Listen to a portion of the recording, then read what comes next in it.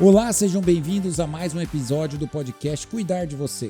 E hoje o tema não poderia ser melhor, esporte. Vamos falar de corrida. E para isso estamos aqui com o Dr. Cleberson Lima, que é ortopedista, médico do esporte, especialista em medicina esportiva. Cleberson, seja bem-vindo, primeira vez aqui. Primeira vez, mas com uma grata satisfação de poder estar aqui contribuindo com o podcast da Unimed. Muito bom.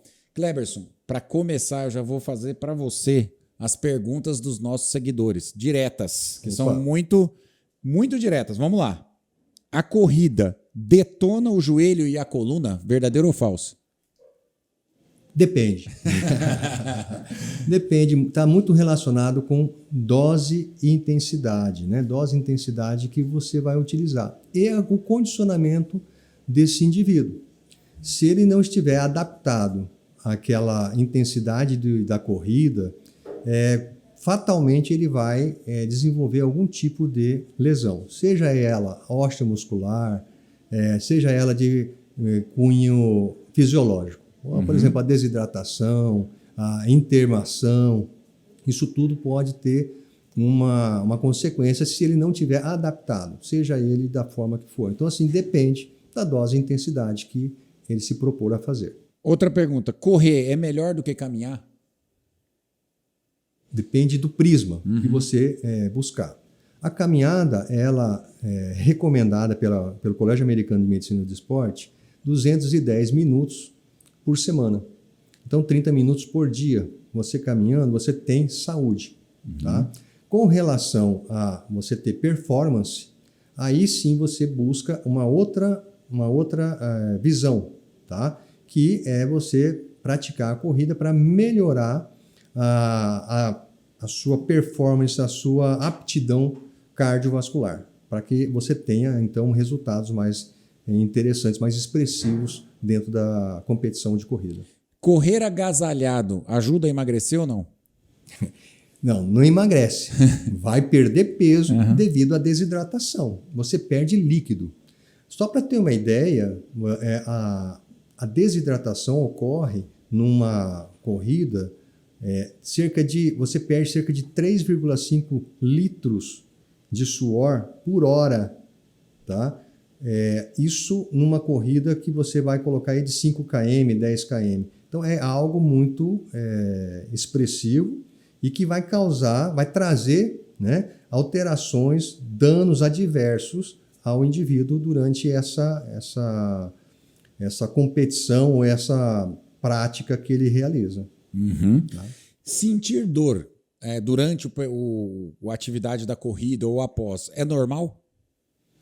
Existem casos, vou citar aqui, algo que nós conhecemos como dor muscular tardia. E a gente tem a sigla DMT. Tá? A dor muscular tardia nada mais é do que quando você vai na musculação ou quando você faz uma atividade física mais intensa, você fica dolorido no dia seguinte ou até 48 horas após ter realizado o exercício, você fica dolorido. Isso chama-se DMT, tá? A dor muscular tardia. Você tem a dor, mas ela é adaptativa. Ao contrário, por exemplo, se você tem essa dor persistente por mais de 48 horas, né? Isso traduz em um sinal do seu organismo dizendo tem algo errado, tá? Seja ele aonde for a dor que você estiver referindo. Tênis adequado, ele faz diferença na performance do atleta ou na saúde do corredor? Bom, aí nós vamos num modismo que existe hoje na corrida, que é o correr descalço. O correr descalço, e tem meias, inclusive, que estão sendo disponibilizadas para fazer a corrida, para não ficar totalmente descalço no solo. No solo. Mas ainda eu recomendo, pelo menos dentro da Sociedade Brasileira de Medicina do Exercício e do Esporte, recomenda a utilização do tênis de forma a diminuir, a reduzir, a mitigar os danos, né, do impacto, né, durante a corrida. Tanto a nível articular, a nível de coluna, tá?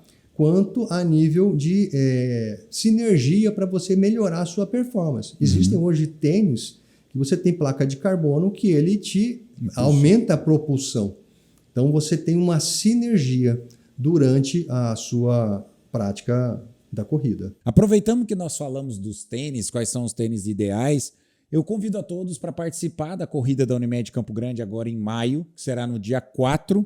Não deixem de fazer suas inscrições e é um ótimo início para quem nunca fez corrida e para aqueles que já são praticantes também uma forma ideal de testar a sua capacidade em dia. Kleberson, para quem nunca correu, quem vai começar a correr e tal, quais são as orientações iniciais? Ele pode começar direto pela corrida ou ele deve começar pela caminhada primeiro? Como que ele deve fazer? Existe uma transição entre uma prática e outra ou não?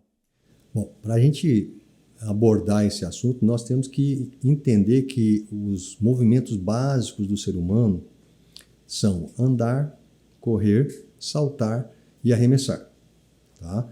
E aí a gente vai ser remetido lá na pré-história. O ser humano, o homem da caverna, ele tinha que andar muitos quilômetros, léguas, para poder achar o alimento. Quando se deparava com um desafio ou um perigo, tinha que correr para poder sobreviver. Ou seja, a corrida está no nosso DNA. Não tem jeito. Tá? Só que existem situações, né, condições, como eu anteriormente havia falado, de condicionamento físico.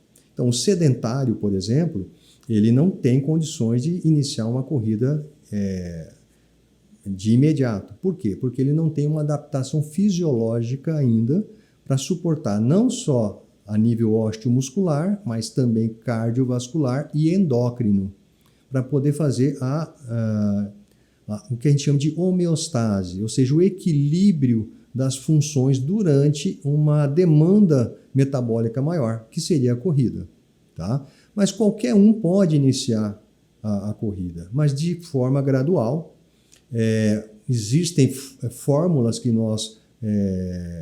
foi idealizado primeiramente por Carnot, onde ele coloca como a frequência cardíaca máxima que você acha e você, a partir daí, você consegue descobrir qual é a frequência de uma zona de treinamento que a gente fala, que é entre 60% a 80% da frequência cardíaca. Tá?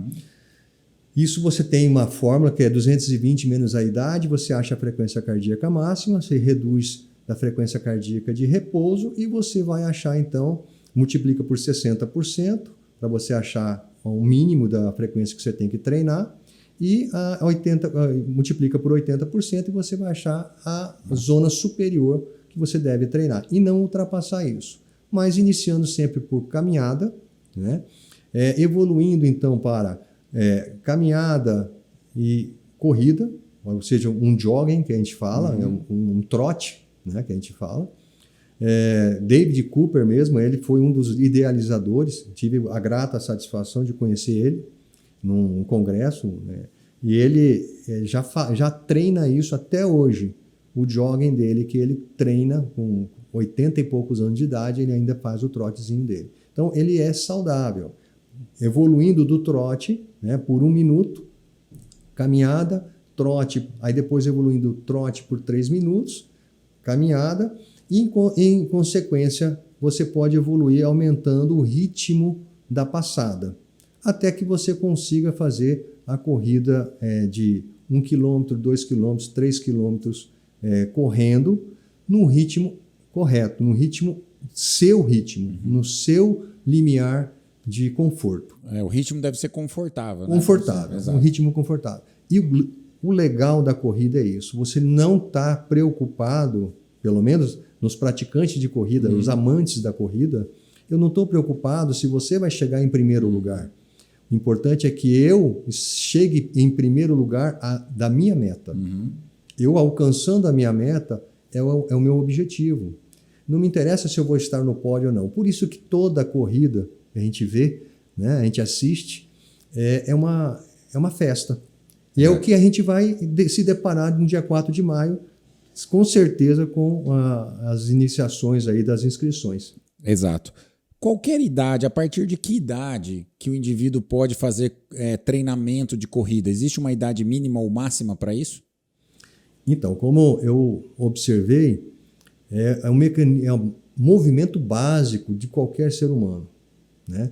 nós iniciamos sempre com o andar, né? O correr, o saltar e arremessar. Então, existe uma cronologia do próprio desenvolvimento psicomotor da criança.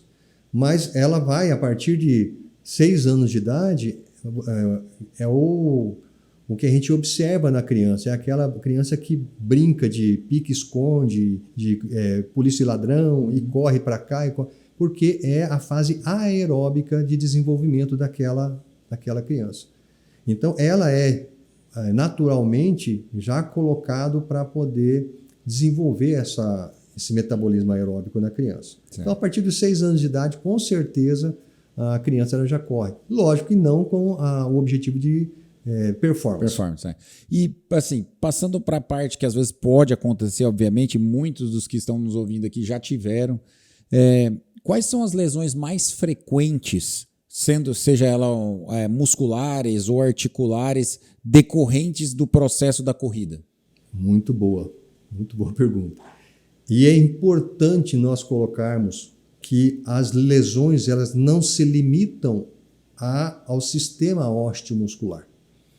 Então, tem um sistema, por exemplo, cardiovascular, que ele é acometido a partir de um momento tão simples e que é observado durante o trajeto da corrida, que é a reidratação. Então, nós temos as lesões osteomusculares, onde 60% das lesões acometidas nesse esporte estão associadas à lesão muscular, podendo ser a nível, vamos colocar ali na base, no pé, a fascite plantar, você ter a fratura por estresse, na tíbia você pode ter a síndrome por estresse tibial medial, no joelho você pode ter a tendinite patelar, a síndrome da rofite, que é uma gordura que tem atrás do tendão patelar, ela inflama devido ao estresse da fricção que tem ali o tendão patelar durante o ato de correr. Tá? Então ele pode inflamar. E também tem as lesões meniscais, né, que são as mais comuns. Por quê? Porque são os amortecedores do joelho. São os nossos amortecedores. Por isso que são mais frequentes. Existem lesões a nível da coluna vertebral devido ao disco intervertebral, que absorvem o impacto também. E existe uma característica muito interessante. O corredor de fundo, tá?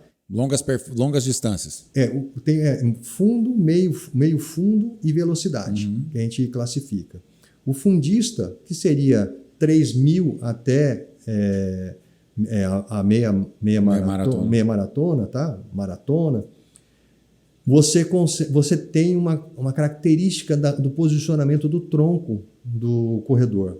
Então, a angulação é entre 5 a 9 graus no corredor de longa distância.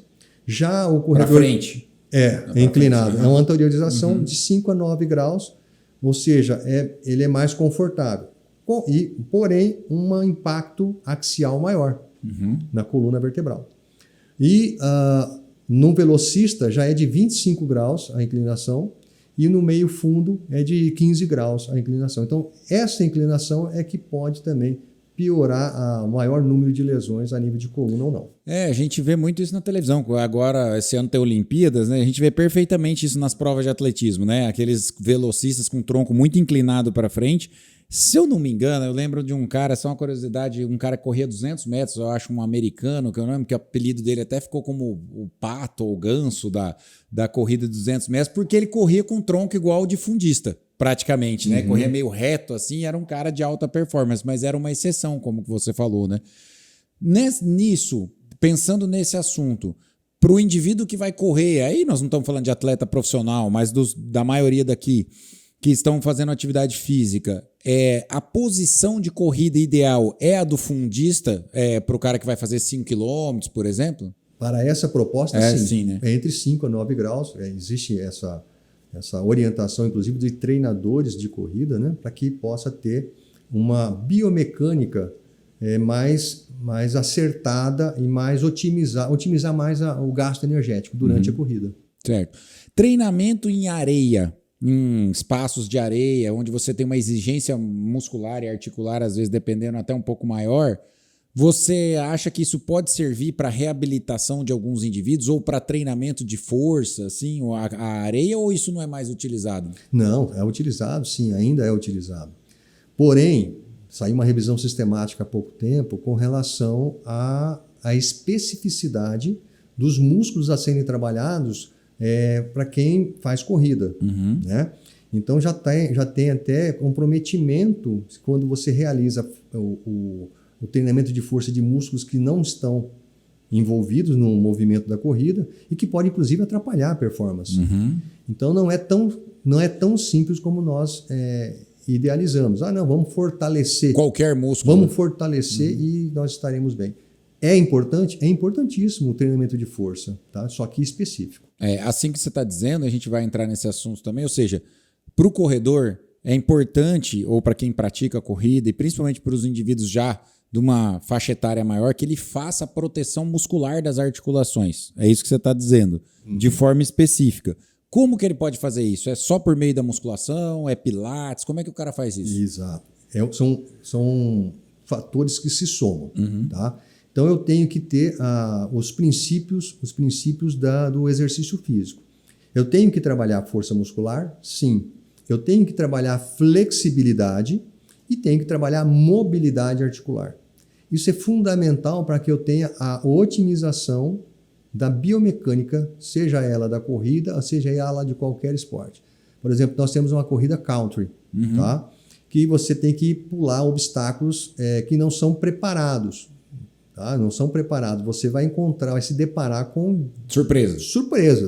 Tá? Então, o seu corpo tem que estar muito bem adaptado com a flexibilidade, com a mobilidade articular, para que você consiga executar a transposição desses obstáculos. É uma situação. Assim como também nós temos que ter a especificidade na corrida dos 5 quilômetros. Né? O flexor de quadril, né? O quadril tem que ter uma mobilidade adequada para que eu possa ter uma facilitação na passada durante a corrida. Isso otimizando também a sinergia da biomecânica. E aí, consequentemente, isso vai me dar um resultado melhor, a performance melhor. É uma coisa também que a gente sempre recomenda, às vezes, para aqueles que praticam de forma mais semiprofissional ou que tem um treinamento mais intenso, né? Tem muita gente que prepara isso junto com preparadores físicos e tudo mais, uma avaliação multidisciplinar. Mas qual que é a sua opinião? Assim, todo indivíduo ele pode ou deve fazer uso de reposição, de creatina, por exemplo, ou desses indivíduos que usam suplementos pós-treino, ou mais para aqueles indivíduos que normalmente fazem um gasto energético muito importante, que tem risco de perda muscular? Então, importante é que todo indivíduo que for ser submetido a um treinamento, seja ele qual for, ele tem que fazer uma avaliação pré-participação. Isso é uma recomendação da Sociedade Brasileira de Medicina do Exercício e do Esporte. Então, em cima dessa avaliação, você vai identificar qual a modalidade esportiva desse indivíduo e se existe a necessidade de algum recurso ergogênico.